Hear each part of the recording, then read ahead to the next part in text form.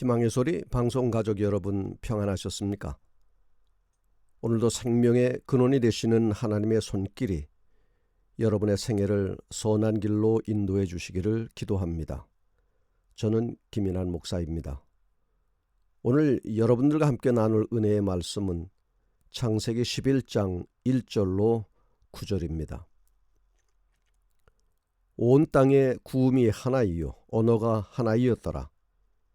이에 그들이 동방으로 옮기다가 시날 평지를 만나 거기 거하고 서로 말하되, 자, 벽돌을 만들어 견고히 굽자 하고 이에 벽돌로 돌을 대신하며 역청으로 진흙을 대신하고 또 말하되, 자, 성과 대를 쌓아 대 꼭대기를 하늘에 닿게 하여 우리 이름을 내고 온 지면에 흩어짐을 면하자 하였더니, 여호와께서 인생들에 쌓는 성과 대를 보시려고 강림하셨더라. 여호와께서 가라사대, 이 무리가 한 족속이요 언어도 하나이므로 이같이 시작하였으니 이후로는 그 경영하는 일을 금지할 수 없으리로다. 자, 우리가 내려가서 거기서 그들의 언어를 혼잡케 하여 그들로 서로 알아듣지 못하게 하자 하시고, 여호와께서 거기서 그들을 온 지면에 흩으신 고로 그들이 성 쌓기를 그쳤더라. 그러므로 그 이름을 바벨이라 하니, 이는 여호와께서 거기서 온 땅의 언어를 혼잡케 하셨음이라. 여호와께서 거기서 그들을 온 지면에 흩으셨더라. 내 안에 있는 바벨탑을 허물라라는 제목으로 함께 은혜를 나누고자 합니다. 창조사건 이후부터 노아 시대에 이르기까지는 성경상에 그리 놀랄만한 사건들이 등장하지 않습니다. 그러나 노아 시대에 있었던 홍수 사건은 그야말로 놀랄만한 사건이라 말할 수 있겠습니다. 지구상에 거하는 모든 사람들이 한순간에 홍수로 인하여 다 멸망당하고 오직 남은 사람은 노아의 8식구만이 생존한 것입니다. 정말 엄청나고 놀랄만한 사건이라고 말할 수 있을 것입니다. 그러나 홍수 사건 이후 또 하나의 놀랄만한 사건이 나타나는데, 그것이 바로 바벨탑 사건인 것입니다. 이것이 왜 놀랄만한 사건이냐 하면, 창조주 하나님께 조직적으로 대항하는 인간의 어리석음이 잘 나타나고 있기 때문입니다. 감히 인간이 창조주이신 하나님을 공공연히 대항한 것입니다. 하나님을 이겨보려고 한 짓입니다. 바벨탑 사건이 주는 교훈이 무엇일까요? 본문의 말씀을 통하여 살펴보고자 합니다. 첫째, 여기 일단의 무리들이 동방으로 이주하는 모습을 보게 됩니다. 이들은 누구이며 왜 시날 평지에 거주하기로 했을까요? 홍수 이후 노아의 후손들의 거주지는 방주가 안착했던 산중을 중심으로 해서 살았을 것입니다. 그러나 세월이 지나면서 수요가 증가하게 되었고, 특별히 배도가 일어나면서 분열이 생기게 되었습니다.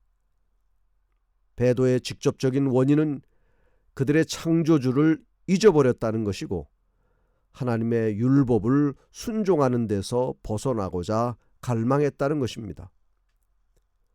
한쪽에서는 하나님을 여전히 창조주로 경외하는 형제들이 있었고, 다른 한쪽에는 하나님으로부터 벗어나기를 원하는 무리들이 존재했습니다. 분명한 것은 이 두 부류가 함께 공존할 수 없었다는 것입니다. 그래서 얼마 후에 그들은 하나님을 경배하는 사람들과 분리되기로 결정했습니다. 그리고는 유프라테스 강변의 시날 평야로 이동하게 된 것입니다. 그들은 이곳 지형이 아름답고 초지가 비옥한데 마음이 끌려 이 평야에 거주하기로 결정했습니다. 바벨의 역사는 창조주를 인정하지 않으며 하나님의 율법으로부터 벗어나고자 하는 정신에서부터 비롯되었다는 것입니다. 이런 이유로 악의 씨앗이 점점 자라기 시작했고 마침내 악을 저지르는데 과감했던 것입니다. 로마서 1장 28절 또한 저희가 마음에 하나님 두기를 싫어하며 하나님께서 저희를 그 상실한 마음대로 내어버려 두사 합당치 못한 일을 하게 하셨으니 라고 말씀하고 있습니다. 오늘 우리에게도 마음에 하나님 두기를 싫어하고 하나님의 말씀을 순종하는 것이 기쁨으로가 아니고 짐으로 여겨질 때 우리 안에도 서서히 바벨의 정신이 스며들 수 있다는 사실을 깊이 생각해야 합니다. 잠언 3장 6절에는 너는 범사에 그를 인정하라. 그리하면 네 길을 지도하시리라고 말씀하고 있습니다. 매사에 하나님을 인정해야 합니다. 거기에는 내가 주인이 되어서는 안 된다는 사실입니다. 내가 주인이 되고자 하는 정신은 바벨의 정신일 뿐 아니라 그것은 바로 하나님을 무시하는 정신인 것입니다. 둘째, 탑을 쌓은 목적이 무엇이었습니까? 첫째는 탑 꼭대기를 하늘에 닿게 하여 우리의 이름을 내자고 한 것이고, 둘째는 온 지면의 흩어짐을 면하자고 한 것입니다. 그들은 이곳에 도시를 건설하고 그 도시 안에 세계가 놀랄 만한 굉장히 높은 탑을 세우기로 했습니다. 이 일은 이름을 내기 위함이었고 널리 흩어지는 것을 막고자 계획된 것입니다. 이름을 낸다는 것이 무엇일까요? 자기 교만이고 자기 자랑입니다. 후손들로 하여금 이 세상엔 자기들과 같은 인물들이 있었다는 것을 알리려고 이 일을 한 것입니다. 후대에 아무런 기록도 못 남긴 채 죽기보다는 오히려 이 같은 교만과 야심의 증거물을 남기고 싶었을 것입니다. 궁극적으로는 하나님을 무시하고 하나님의 영광을 가리우고 자기를 과시하고 나타내고자 한 것입니다. 하나님의 영광을 위하여 살아야 할 인간이 자기의 이름을 내야 하겠다는 생각을 가지는 것 자체가 어리석은 것이요 아주 잘못된 것입니다. 그것은 곧 바벨의 정신이 되는 것입니다. 인간의 이름을 내게 될 때 하나님의 이름은 무시되고 마는 것입니다.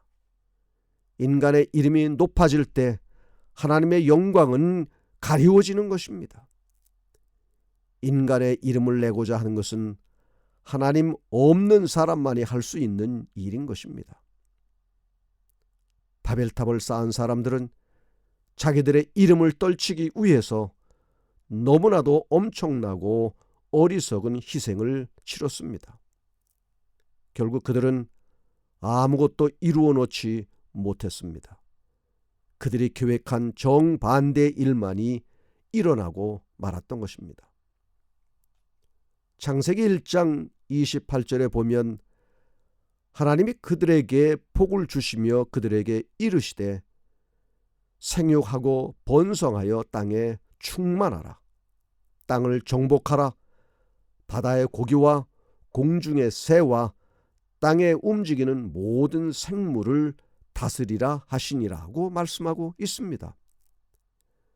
하나님께서는 인간을 창조하시면서 사람들이 온 땅에 흩어져서 땅에 충만하고 그것을 정복하도록 지시하셨습니다. 그러나 이 바벨탑 건설자들은 그들의 공동사회를 한 단체로 연합시켜서 결국 온 세계를 포함할 한 왕국을 세우기로 결정하였던 것입니다. 그리하면 그들의 도시는 세계적 제국의 수도가 될 것이며 그 영광은 온 세계 칭찬과 존경을 자아낼 것을 기대한 것입니다.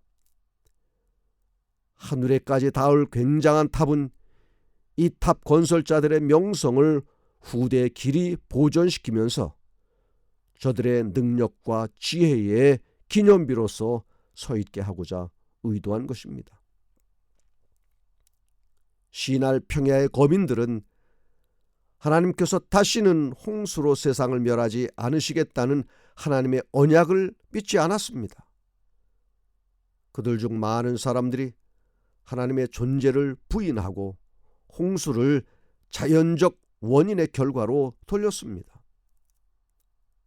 다른 사람들은 지존자가 계심을 믿고 홍수 전 세상을 멸망시키신 분이 바로 하나님임을 믿었으나 그들의 마음은 하나님께 대한 반역으로 가득 찼습니다. 탑 건축에 있어서 그들이 염두에 둔 또 다른 목적은 또다시 대홍수가 일어날 경우에 그들 자신의 안전을 확보하고자 한 것이었습니다. 홍수의 물결이 닿은 높이보다 훨씬 더 높은 건축물을 만들므로 그들은 그들이 어떤 위험도 미치지 못하는 곳에 있게 되리라고 생각했습니다. 이러한 전체적인 사업은 한 걸음 더 나아가 그 계획을 시도하는 사람들의 이름을 높이고 후세 사람들의 마음을 하나님에게서 떠나게 하고 저들을 우상 숭배로 끌어들이기 위하여 계획되었습니다. 하나님의 약속을 믿지 못하는 정신은 바로 바벨의 정신입니다. 하나님은 분명히 다시는 물로 세상을 멸망시키지 않겠다고 무지개로 약속하셨음에도 불구하고 그들은 믿지 않았습니다. 아니, 고의적으로 믿지 않았습니다.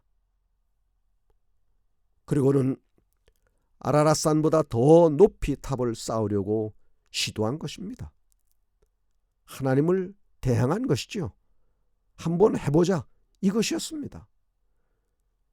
결코 하나님의 멸망시키는 재앙에 두 번은 당하지 않겠다는 것입니다. 바벨의 정신은 이처럼 인간의 마음을 완악하게 만듭니다. 터무니없는 일을 자행하게 만드는 것입니다. 여러분은 하나님의 약속에 대하여 어떤 생각을 가지고 있습니까? 100% 믿고 따르고 있습니까? 반만 믿고 있지는 않습니까? 하나님의 약속에 대하여 조금이라도 의심한다거나 전적으로 따르지 못하는 것은 바벨의 정신이 들어간 증거인 것입니다. 하나님의 약속을 전적으로 믿어야 합니다. 따라야 합니다. 우리는 하나님의 약속을 근거로 하여 행동해야 하는 것입니다. 하나님의 약속이 얼마나 확실합니까?